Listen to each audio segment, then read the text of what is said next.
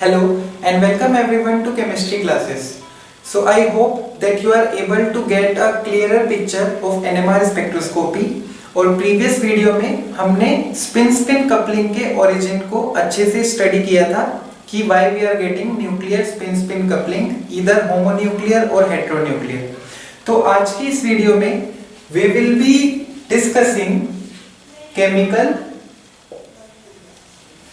And magnetic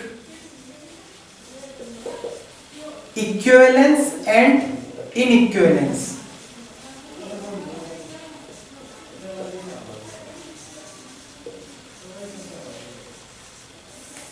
ठीक है, तो अभी तक आपने प्रीवियस वीडियोस में नोटिस किया होगा कि हमने बहुत बार केमिकल और मैग्नेटिक इक्विवेलेंस और इनइक्विवेलेंस इन टर्म्स का यूज किया है और अभी तक हमको एक काफी क्लियर आइडिया मिल भी चुका है कि ये टर्म्स किस चीज से रिलेटेड हैं और क्या इनकी सिग्निफिकेंस है। बट आज जो हमारा डिस्कशन होने वाला है इससे हमको एकदम बिल्कुल फुल प्रूफ क्लैरिटी मिल जाएगी कि क्या ये टर्म्स एक्चुअली मीन करती हैं। और इनको समझाने के लिए अभी जो मैं सबसे पहला एग्जांपल लेने वाला हूं वो है हमारा फ्यूरान का।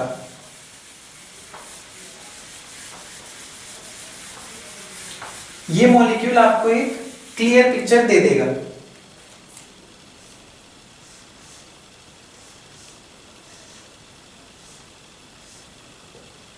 तो ये है हमारा फ्यूरान। इस पे कितने प्रोटॉन्स हैं?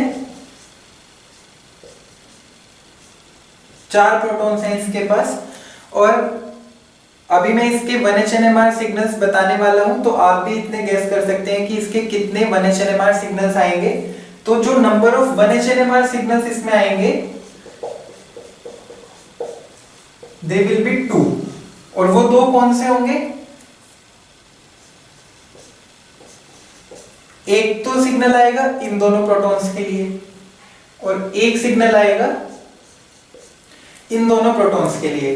तो ए जिनको मैंने मार्क किया है इन दोनों का एक सिग्नल और बी जिनको मैंने मार्क किया है इन दोनों का एक सिग्नल। और आप देख सकते हैं कि दे आर केमिकली इक्विवेलेंट, मतलब इनका जो केमिकल एनवायरनमेंट है इस सेट ऑफ प्रोटॉन्स का और इस सेट ऑफ प्रोटॉन्स का वो सेम है।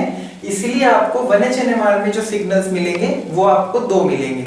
ठीक है, अब अगर इसमें अब आपसे पूछे जाए मल्टीप्लिसिटी कि जो 2 सिग्नल्स आपको मिले उनकी मल्टीप्लिसिटी क्या है, तो मल्टीप्लिसिटी के लिए हमने क्या बात की थी कि हमको ये देखना होगा कि जो एक सेट ऑफ प्रोटॉन्स से दूसरे बचे हुए एडजेसेंट या नेबर वाले प्रोटॉन्स हैं वो मैग्नेटिकली इनइक्विवेलेंट होने चाहिए। तो अगर आप देखें इन दोनों प्रोटॉन्स के लिए ये दोनों प्रोटॉन्स हमारे मैग्नेटिकली इनइक्विवेलेंट हैं और इन दोनों प्रोटॉन्स के लिए ये दोनों प्रोटॉन्स हमारे मैग्नेटिकली इनइक्विवेलेंट हैं। तो हमको क्या लगेगा कि मल्टीप्लिसिटी जो आएगी वो क्या आएगी? इन दोनों प्रोटॉन्स की मल्टीप्लिसिटी आएगी 2 + 1, मतलब ए वाले जो 2 आपके प्रोटॉन्स हैं उनकी जो मल्टीप्लिसिटी आएगी वो आएगी 3, मतलब ट्रिपलेट। सिमिलरली मल्टीप्लिसिटी जो आपकी बी वाले सेट ऑफ प्रोटॉन्स की आएगी वो भी आपकी 2 + 1 होगी, दैट विल बी 3 और वो भी आपकी हो जाएगी ट्रिपलेट। ठीक है, यही हमारा यहाँ पे एक जनरल प्रोसीडिंग होगा अगर हमारे से फ्यूरान मॉलिक्यूल का डिस्कशन किया जाएगा। बट एक्चुअली ये चीज ऑब्जर्व नहीं की जाती है। जो आपको 1H NMR स्पेक्ट्रम मिलता है उसमें आप इन दोनों सेट ऑफ प्रोटॉन्स का ट्रिपलेट और ट्रिपलेट आपको नहीं मिलता है। एक्चुअली आपको क्या मिलता है? Doublet of doublets. ये टर्म एक ऐसी टर्म है जो आई थिंक आप पहली बार अभी मेरे से सुन रहे हैं। डबलेट ऑफ डबलेट्स, इस चीज का हमने कोई डिस्कशन नहीं किया है और अभी हम इसी को ही समझने वाले हैं। और वहीं से अब हमारा जो टर्म जिसके ऊपर ये पूरी वीडियो बेस्ड है, chemical and magnetic equivalence and non equivalence, उसी को अभी हम समझने वाले हैं। तो अगर आप अभी ध्यान से देखेंगे ये जो इस प्रोटॉन को आप देख लीजिए, जो मैंने अभी सर्कल किया है, आप इस प्रोटॉन की नजरों से अभी देखिए। इस प्रोटॉन के लिए जो ये वाला प्रोटॉन है ये तो केमिकली इक्विवेलेंट ही है, मतलब ये तो इसी के सेम केमिकल एनवायरनमेंट में है। तो इससे तो इसका सिग्नल स्प्लिट कभी नहीं होगा, because they are both chemically equivalent, और ये दोनों केमिकली इक्विवेलेंट है, तो ये दोनों एक दूसरे का सिग्नल स्प्लिट नहीं करेंगे। तो सिग्नल स्प्लिट कौन करेगा? ये दोनों प्रोटॉन्स। फाइन। अब आप इसकी नजरों से देखिए, अभी तक हमने क्या केसेस देखे थे? अभी तक हमने यही देखा था कि जो भी प्रोटॉन्स इन दोनों, मतलब एक सेट ऑफ प्रोटॉन्स से अलग जो प्रोटॉन्स हैं, अगर वो केमिकली इक्विवेलेंट हैं, तो वो इस सेट ऑफ प्रोटॉन्स के लिए मैग्नेटिकली इनइक्विवेलेंट होते हैं, जो कि यहाँ पे भी ट्रू है। पर वहां पे वो जितने भी प्रोटॉन्स होते हैं वो एक साथ मैग्नेटिकली इनइक्विवेलेंट होते हैं, और हम वहां पे n+1 रूल लगा देते हैं कि भाई 3 प्रोटॉन्स मैग्नेटिकली इनइक्विवेलेंट हैं, तो 3+1 करके 4 कर दो, क्वार्टेट आपका आ जाएगा। बट अब आप यहाँ पे गौर से इसकी नजरों से देखिए, आप एज्यूम कीजिए कि आप ये वाला प्रोटॉन है, तो अब क्या आप महसूस करेंगे कि ये वाला जो प्रोटॉन है, ये प्रोटॉन तो यहाँ पे इस पे कम दूरी पे है, ठीक है, और ये वाला जो प्रोटॉन है ये ज्यादा दूरी पे है। तो इसकी नजरों से अगर आप देखेंगे तो ये प्रोटॉन अलग है, और ये वाला Ha, मतलब ये जो दोनों Ha है, ये दोनों प्रोटॉन इस प्रोटॉन के लिए अलग अलग हैं। आप देखिए, ड्यू टू मॉलिक्यूलर ज्योमेट्री। मतलब अगर ये नॉर्मल केस होता, जैसे इथाइल ब्रोमाइड ही होता, तो ये 3 प्रोटॉन्स इन दोनों प्रोटॉन्स से अलग हैं, और हम इसकी मल्टीप्लिसिटी कैसे निकालते? 2+1 करके, और इसकी मल्टीप्लिसिटी कैसे निकालते? 3+1 करके। बट अगर आप यहां देखेंगे, ये दोनों प्रोटॉन्स आपस में केमिकली इक्विवेलेंट हैं, but they are magnetically inequivalent in the eyes of this proton. ये दोनों प्रोटॉन्स केमिकली इक्विवेलेंट हैं and they are magnetically inequivalent in the eyes of this proton. तो इसीलिए क्या होगा, इस प्रोटॉन का जो सिग्नल है वो पहले एक पर्टिकुलर प्रोटॉन की वजह से स्प्लिट होगा, तो 1+1 क्या मिला? 2, मतलब डबलेट। और फिर जो आपको डबलेट मिला वो आपका इस वाले पर्टिकुलर प्रोटॉन की वजह से फिर से स्प्लिट हो जाएगा, और ये भी एक ही है, तो 1+1 डबलेट। तो जो आपको पहले डबलेट मिला वो डबलेट दोबारा डबलेट में स्प्लिट हो जाएगा। कैसे? आपका एक सिग्नल था, वो आपका डबलेट में स्प्लिट हो गया। फाइन, 1+1। और फिर उसके बाद जो आपका ये डबलेट मिला, ये डबलेट आपका फिर से डबलेट में स्प्लिट हो गया। तो इसी को ही बोलते हैं doublet of doublet, doublet of doublets. इसको जनरली डी भी लिखा हुआ आपको मिलेगा। जब भी आप आगे 1HNMR स्पेक्ट्रा देखेंगे, तो आपको जब भी डी लिखा हुआ मिलता है, तो उसका मतलब होता है डबलेट ऑफ डबलेट्स। तो आपको समझ आया होगा, एक सिग्नल था जो हमको नॉर्मली मिलना चाहिए था अगर कपलिंग नहीं हो रही है, बट कपलिंग होती है। अब कपलिंग में भी हम क्या एज्यूम कर रहे थे कि भाई ये दोनों Ha वाले जो प्रोटॉन्स हैं ये एक जैसे हैं, केमिकली इक्विवेलेंट हैं, तो हम 2+1 करके मल्टीप्लिसिटी निकाल लेंगे और हमको ट्रिपलेट मिल जाएगा। बट एक्चुअली ट्रिपलेट नहीं मिला। मिला क्या? Doublet of doublets. तो उसका रीजन क्या है? बिकॉज इसकी नजरों में ये वाला प्रोटॉन अलग है और ये वाला प्रोटॉन अलग है।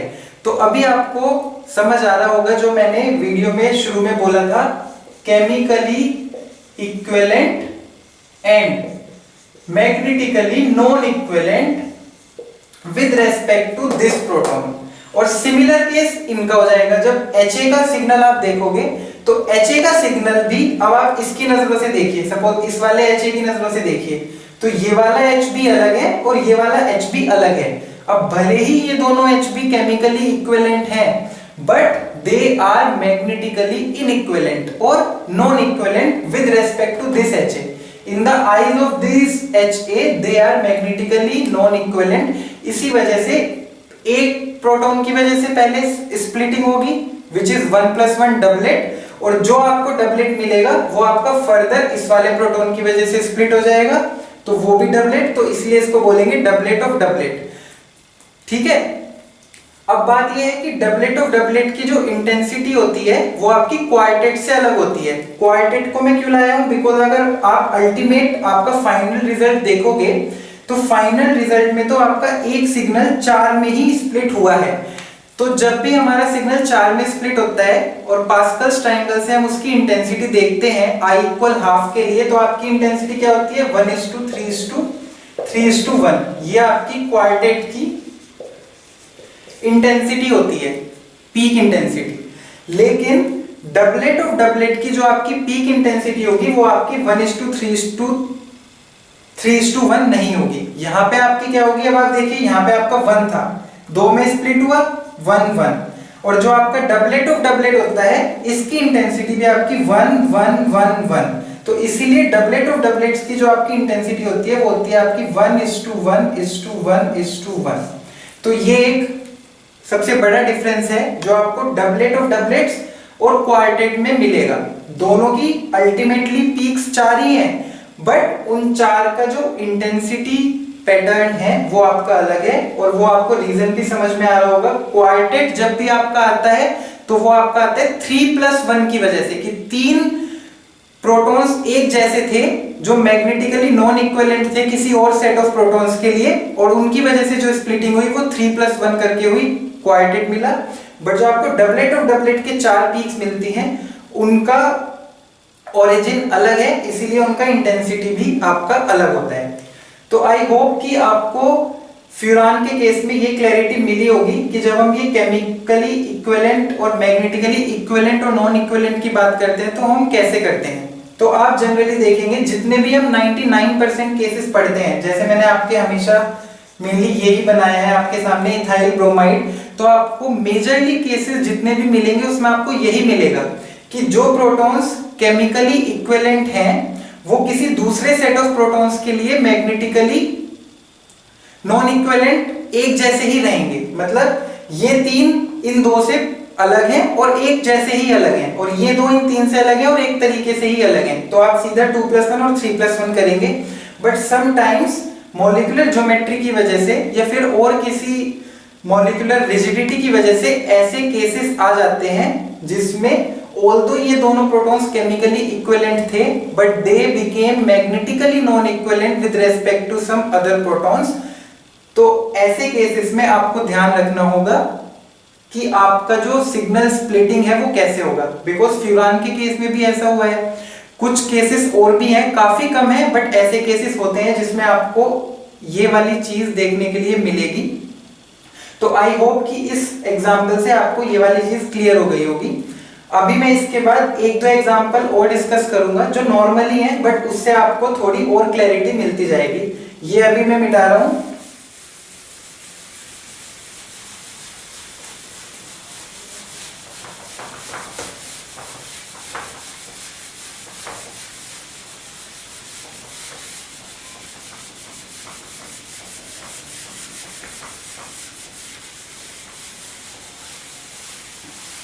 ठीक है, तो अभी जो मैं आपके सामने एग्जांपल लिख रहा हूं, ये देखिए ये एक एल्कीन का है,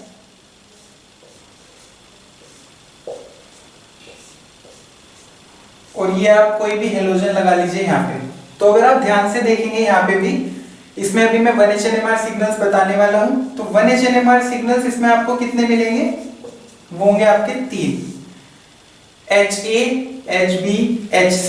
और आप देखेंगे कि तीनों protons they are in different chemical environment. एक तो ये वाली डिस्टेंस अलग होती है और ये डिस्टेंस अलग होती है। तो हमको ये नहीं सोचना कि ये तो कि HA और HC तो सेम ही लग रहे हैं, ऐसा नहीं है। जब भी आप एल्कीन देखेंगे तो ये डिस्टेंस अलग होती है, ये डिस्टेंस अलग होती है। इसीलिए HA, HB, HC ये तीनों ही आपके 3 अलग अलग एनवायरनमेंट्स में प्रेजेंट हैं। तो इसीलिए आपको 1HNMR में इसको 3 सिग्नल्स मिलेंगे।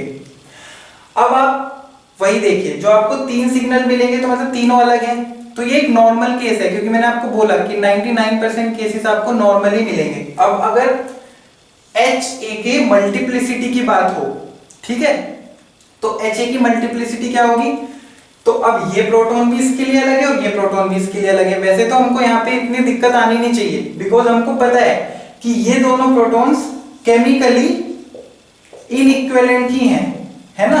जब हमने बोला ही कि इनका सिग्नल ही अलग आएगा एनएमआर के अंदर, तो ये केमिकली इनइक्विवेलेंट ही है, और केमिकली इनइक्विवेलेंट है तो मैग्नेटिकली इनइक्विवेलेंट तो हो ही गए। ठीक है, तो ये दोनों प्रोटॉन्स इस Ha के लिए केमिकली इनइक्विवेलेंट है और मैग्नेटिकली इनइक्विवेलेंट तो हो ही गए। तो इसीलिए Ha की जो स्प्लिटिंग होगी वो यहां पे भी कैसे होगी, 1+1 और फिर 1+1, तो 2 × 2 4। तो जो मल्टीप्लिसिटी आएगी उसमें आपको 4 पीक्स मिलेंगी, बट यही बात आपको समझनी है कि जो वो 4 पीक्स आपको मिली हैं वो 4 पीक्स यहां पर भी क्वार्टेट नहीं होगा, वो यहां पे भी डबलेट ऑफ डबलेट होगा। डबलेट ऑफ डबलेट्स मतलब पहले एक प्रोटॉन की वजह से स्प्लिटिंग होगी और फिर इस सिग्नल की दूसरे प्रोटॉन की वजह से स्प्लिटिंग होगी। ठीक है, तो ऐसे आपको 4 पीक्स मिलेंगी और इंटेंसिटी वही 1:1:1:1, तो इसको भी doublet of doublets. Similarly Hb और Hc इन दोनों के भी आपको जो पैटर्न मिलेगा, मल्टीप्लिसिटी जो आपको मिलेगी, that will be doublet of doublets. Fine. एक चीज अभी मैं आपको और बताना चाहूंगा। अभी देखिए थ्योरेटिकली तो हम ये सब आराम से डिस्कस कर पाते हैं कि हमको डबलेट ऑफ डबलेट्स मिल गया, क्वार्टेट मिल गया, सेक्सटेट मिल गया, लेकिन एक्चुअली ये सब आपका एनएमआर स्पेक्ट्रोमीटर की ऑपरेटिंग फ्रीक्वेंसी पे भी डिपेंड करता है, बिकॉज सारा खेल रेजोल्यूशन का भी है।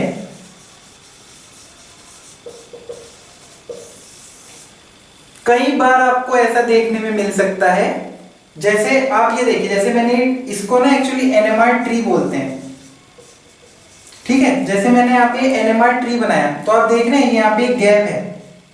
This gap is nothing but I have already discussed it, this gap is J only, जिसको हमने बोला था ना कि जो पीक्स आ रही हैं, जो आपकी मल्टीप्लिसिटी में पीक्स डिवाइड होती हैं, उनके बीच का गैप ही तो कपलिंग कांस्टेंट है जे, तो ये वही तो जे है।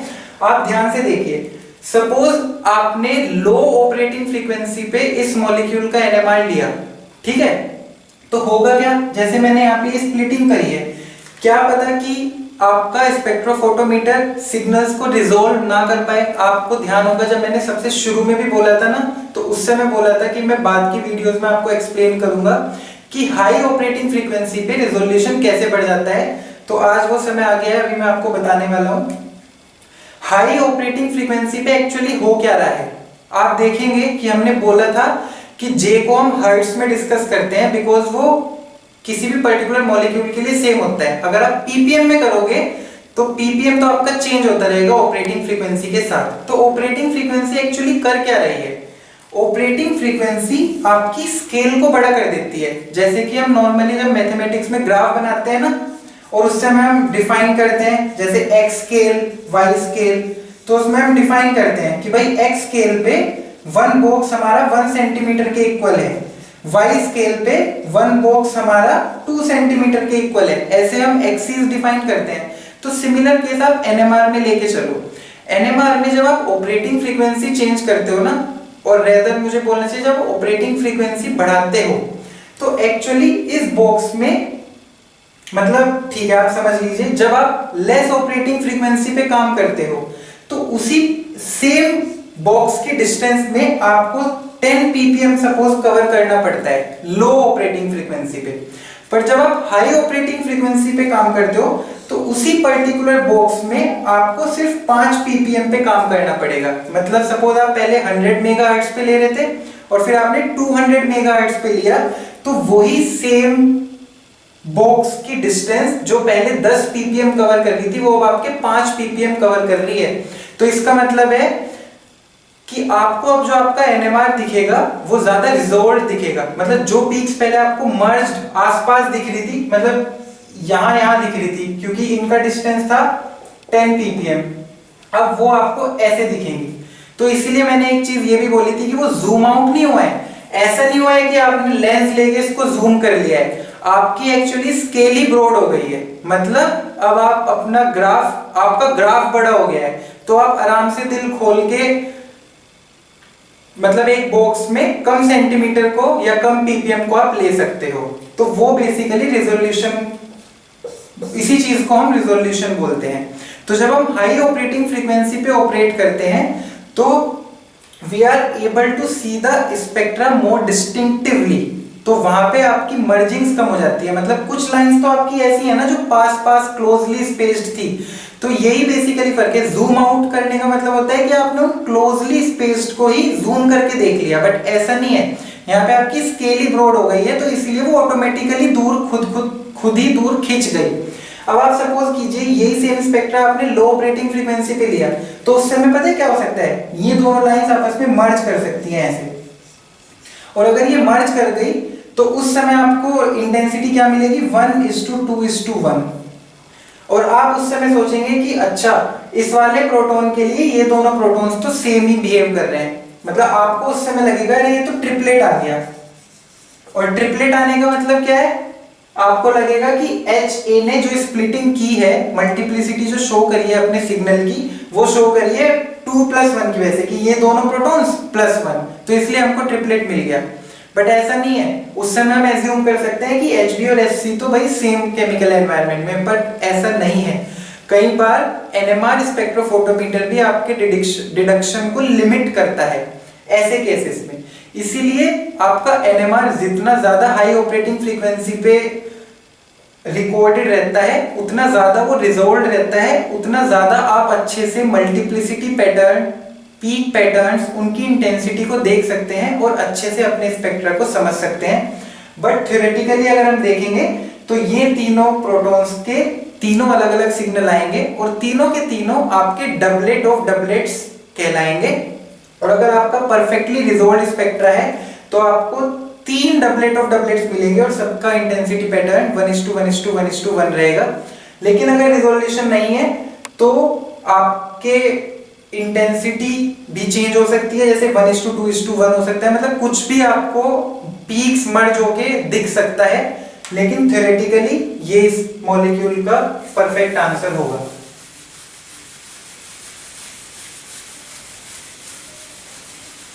अभी एक मॉलिक्यूल में आपके सामने और डिस्कस करूंगा, क्योंकि एक चीज और है जो मैं अभी आपको बताना चाह रहा हूं, उससे भी आपको एक अच्छे कॉन्सेप्ट में क्लैरिटी मिलेगी। तो उसके लिए जो अभी मैं मॉलिक्यूल यहाँ पे लिखने वाला हूं, दैट इज प्रोपाइल ब्रोमाइड।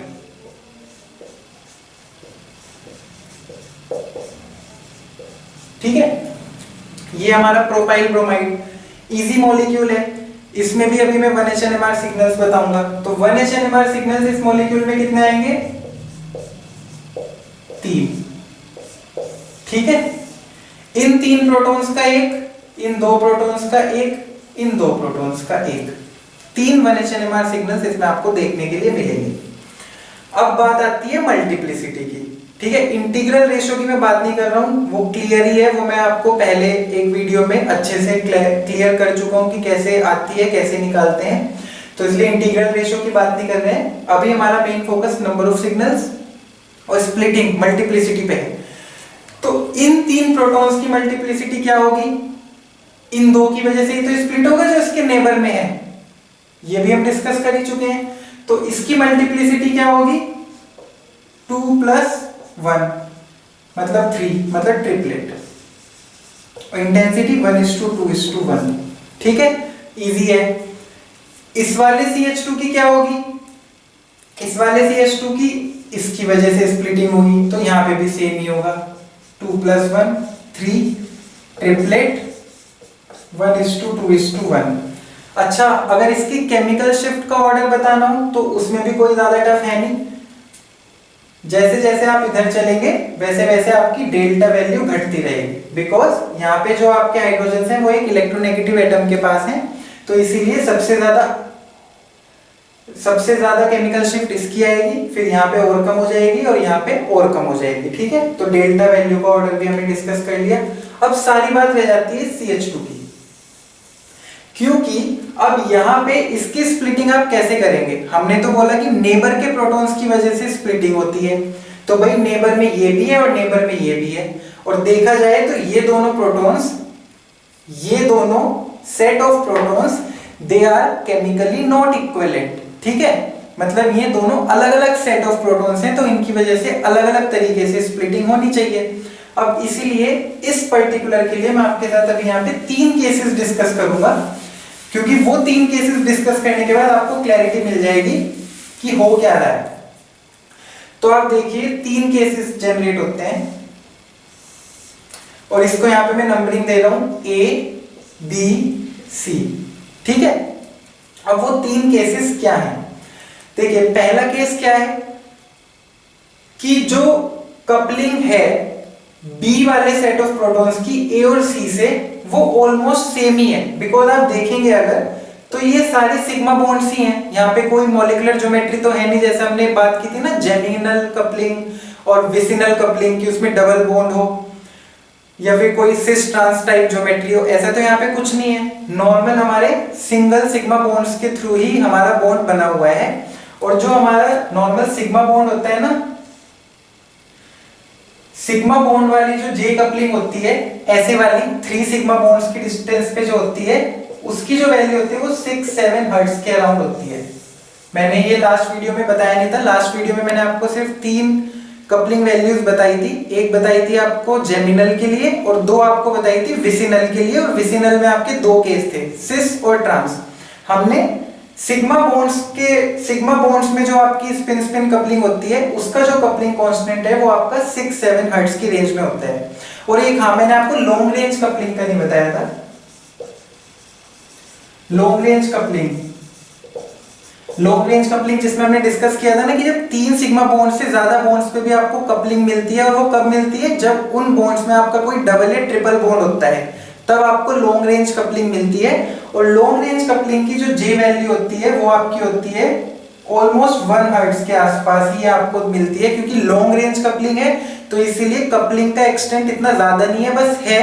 और इसीलिए आपको कपलिंग कांस्टेंट की वैल्यू से भी पता चल रहा है 1 हर्ट्ज है, तो कपलिंग है बट काफी कम ही है, ठीक है। तो एक ये चीज थी। तो इसको बेसिकली 3J कपलिंग बोलते हैं, क्योंकि 3 सिग्मा बॉन्ड्स के बीच दूरी पे आपकी कपलिंग हो रही है, तो 3J कपलिंग इसको जनरली बोलते हैं। तो पहले मुझे ये काफी डाउट रहता था कि क्या 3J कपलिंग, क्या 2J कपलिंग। तो वो 3 और 2 is nothing but only the कि कितने डिस्टेंस, मतलब कितने बॉन्ड्स की डिस्टेंस पे आपकी वो कपलिंग हो रही है, उसी बेसिस पर आपको 2J coupling, 3J coupling, 1J coupling भी होती है। 1J कपलिंग सीधा जैसे वही Hb मॉलिक्यूल है, तो यहाँ पे तो डायरेक्टली बॉन्डेड है ना ड्यूट्रियम से, तो इसलिए इनकी जो कपलिंग होगी उसको 1J कपलिंग बोलेंगे। तो ये 1 2 3 is basically the number of bonds जितनी डिस्टेंस पे आपका कपलिंग हो रहा है। ओके, तो 3 केसेस थे। तो एक पहला केस तो हम यही बोलेंगे कि भाई दोनों कपलिंग आपकी ऑलमोस्ट एक जैसी ही है। तो अगर आप इसको लोअर ऑपरेटिंग फ्रीक्वेंसी स्पेक्ट्रोमीटर पे रिकॉर्ड कर रहे हैं, तो क्या पता स्पेक्ट्रोमीटर दोनों प्रोटॉन्स को ऑलमोस्ट सेम ही कंसीडर कर ले, मतलब रिजोल्व ना कर पाए आपके स्पेक्ट्रा को इतना। तो उस केस में तो आपका सिंपल हो गया, आप मान के चलोगे कि पांचों के पांचों प्रोटॉन ऑलमोस्ट एक जैसे ही हैं, ठीक है। अगर आप ये मान के चलोगे कि coupling of B with A is equals to coupling of B with C, ठीक है, बिल्कुल एग्जैक्टली इक्वल है नहीं, बट केस मान के चल रहे हैं। तो उस केस में क्या होगा, ये 3 और 2 5 प्रोटॉन का नॉर्मल एडिशन कर लोगे और जो आपकी मल्टीप्लिसिटी आएगी वो आएगी 5 + 1 6, मतलब सेक्सटेट। और इसका जो इंटेंसिटी वाला पैटर्न होगा वो आप पास्कल्स ट्रायंगल से निकाल सकते हैं। तो एक केस तो आपका ये हो गया। अब दूसरा केस आपका क्या हो सकता है कि भाई B ने जो A के साथ कपलिंग करी है वो C वाली कपलिंग से ज्यादा है, मतलब B वाला जो A के साथ कपल कर रहा है उसकी J कपलिंग कांस्टेंट ज्यादा है देन JBC। ये मैंने आपको बताया था, ये नोटेशन होती है जिससे हम कपलिंग को रिप्रेजेंट करते हैं कि B वाला A के साथ कर रहा है तो JBA, B वाला C के साथ कर रहा है तो JBC। फाइन, तो JBA की वैल्यू JBC से ज्यादा है। तो उस समय हम क्या करते हैं, उस समय जिसका कपलिंग कांस्टेंट ज्यादा है उससे हम पहले कपल कराते हैं। ओके, तो आप पहले कपलिंग कराओ इन 3 प्रोटॉन से, बिकॉज JBA की वैल्यू ज्यादा है। तो मल्टीप्लिसिटी इस केस में क्या हो जाती है, अगर आपसे सिर्फ मल्टीप्लिसिटी मतलब कि आपको अल्टीमेटली कितनी पीक्स दिखेंगी, दैट इज मल्टीप्लिसिटी। तो उसके लिए कुछ नहीं करना होता, जो n+1 रूल होता है ना, तो जब एक सेट से ज्यादा सेट्स प्रेजेंट होते हैं जिनकी वजह से स्प्लिटिंग हो रही है, तो बस n+1 इंटू n+1, मतलब आपको ऐसे करते जाना है, n+1 n1 n2+1 n3+1, मतलब ऐसे मल्टीप्लाई करते जाना है, ठीक है।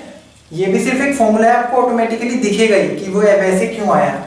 तो 3 की वजह से पहले हुई तो 3+1 मल्टीप्लाई, फिर इसकी वजह से हुई 2+1, तो 4 इंटू 3 इज इक्वल्स टू 12।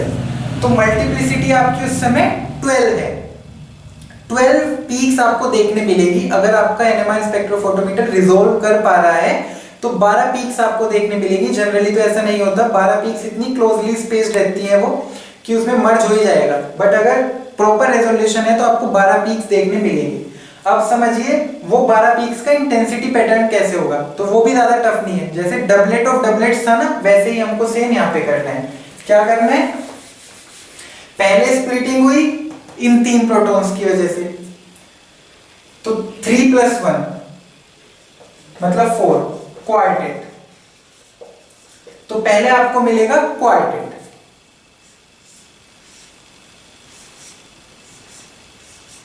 और जो ये क्वार्टेट है, क्वार्टेट का भी इंटेंसिटी क्या रहेगा, 1:3:3:1, ठीक है। अब जो ये आपका क्वार्टेट है, ये क्वार्टेट आपका डिवाइड होगा इन 2 प्रोटॉन्स की वजह से, तो आपको क्या मिलेगा 2+1 मतलब ट्रिपलेट। तो ये क्वार्टेट आपका बन जाएगा ट्रिपलेट।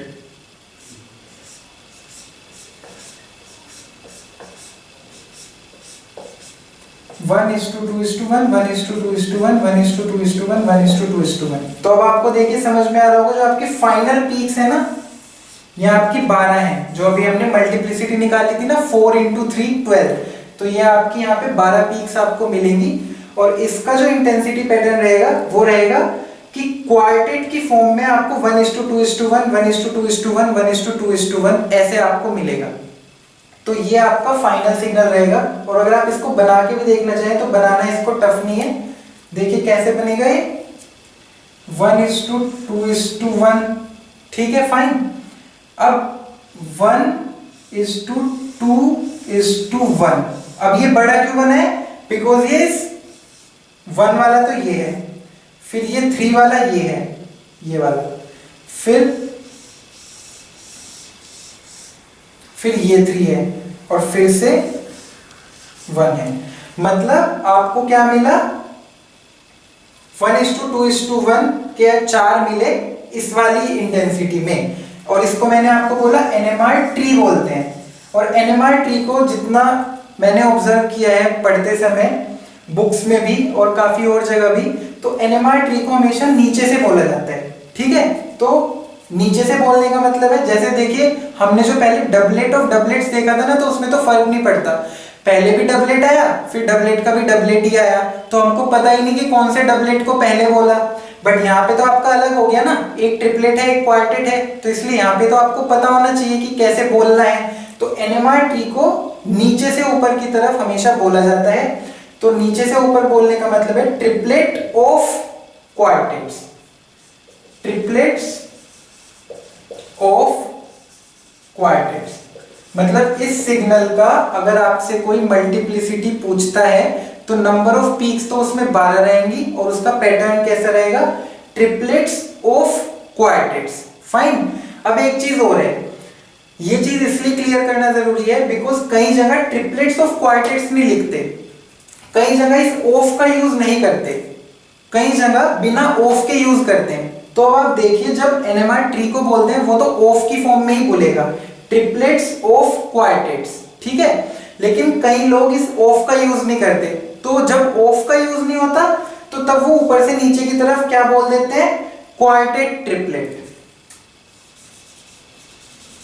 Quartet triplet. तो आप ये इंग्लिश से भी समझ सकते हैं, जब आप ऑफ का यूज करेंगे ना तो आपको नीचे से ऊपर बोलना होगा, जो नॉर्मली NMR ट्री को बोला जाता है ट्रिपलेट्स ऑफ क्वार्टेट्स। पर जब इस ऑफ का यूज नहीं करते तब हमको क्या बोलना होगा, क्वार्टेट ट्रिपलेट। तो इसीलिए कई बार आपको जब 1H NMR स्पेक्ट्रा दिया होगा तो ऐसे ब्रैकेट में लिखा होगा QT।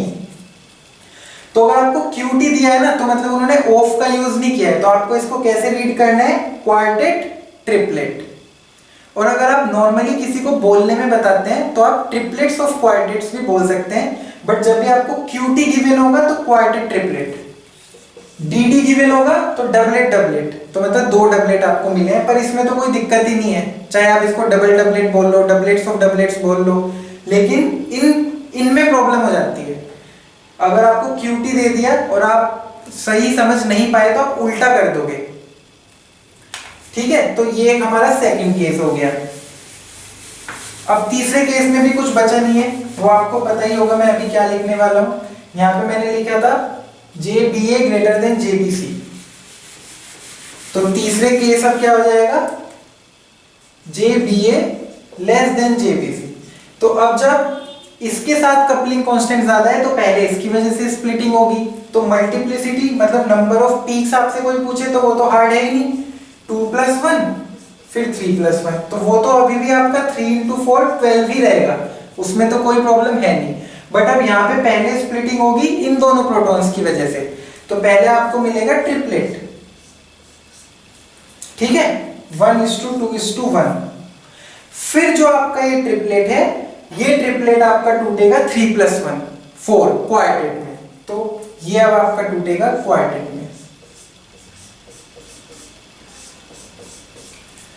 ठीक है। तो अब यहां पे इसको क्या बोलेंगे, क्वार्टेट ऑफ ट्रिपलेट्स, ठीक है। और अगर नॉर्मल बोलेंगे तो ट्रिपलेट क्वार्टेट, तो या तो इसको बोलेंगे TQ ट्रिपलेट क्वार्टेट, और या फिर बोलेंगे क्वार्टेट्स ऑफ ट्रिपलेट, ठीक है। तो आई होप आपको ये समझ में आ गया होगा। बनाना इसको कोई मुश्किल नहीं है, जैसे मैंने पिछले वाले केस के लिए बनाया था सिमिलरली इसका भी ऐसे ही बनेगा। यहाँ पे आपको ये क्वार्टेट्स बनाने पड़ेंगे ट्रिपलेट वाली इंटेंसिटी की फॉर्म में। तो यही बेसिकली हमारे 3 केस थे जो अराइज होते हैं। तो अब आपको समझ में आ गया होगा, न्यूक्लियर स्पिन स्पिन कपलिंग हमने काफी हद तक कवर ही कर ली है, मुझे नहीं लगता अब इसमें कुछ बचा है। जैसे जैसे कुछ नया मॉलिक्यूल आता है तो कुछ नया देखने में मिल जाता है, लेकिन जो एक बेसिक मॉडल है वो स्पिन स्पिन कपलिंग का हम डिस्कस कर चुके हैं। काफी सारे वेरिएशंस भी देख चुके हैं कि कपलिंग कैसे कैसे होती है, होमोन्यूक्लियर, हेटेरोन्यूक्लियर, कई बार जो वो केमिकल इक्विवेलेंस होने के बावजूद भी मैग्नेटिकली इनइक्विवेलेंस मिल जाती है, वो केस भी हमने फ्यूरान में देखा। और यहाँ पे हमने ये भी देखा कि जब दो तरफ एडजेसेंट नेबर पे आपका कपलिंग हो सकता हो तो उस समय क्या पॉसिबिलिटीज रहती हैं। तो सारी पॉसिबिलिटीज हमको पता होनी चाहिए, बिकॉज एनएमआर में तो आपको इन 3 में से एक ही गिवन होगी। अब वो डिपेंड करेगा कि वो उन्होंने एनएमआर स्पेक्ट्रा किस रिकॉर्डेड एनएमआर स्पेक्ट्रोमीटर का दिया है। अगर लो रेजोल्यूशन होगा तो आपको सीधा सेक्सटेट ही मिल जाएगा, तो उस समय आपको ये मानना ही पड़ेगा कि भाई लो रेजोल्यूशन है तो पांचों प्रोटॉन को कंसीडर करके 5+1 करके सेक्सटेट दे दिया। लेकिन अगर आपको ऐसे QT या फिर TQ दिया है तो उस समय फिर आपसे क्वेश्चन पूछ सकते हैं कि भाई हमको इस एनएमआर स्पेक्ट्रम में QT मिला, तो आप बताओ कपलिंग कांस्टेंट का रिलेशन क्या है।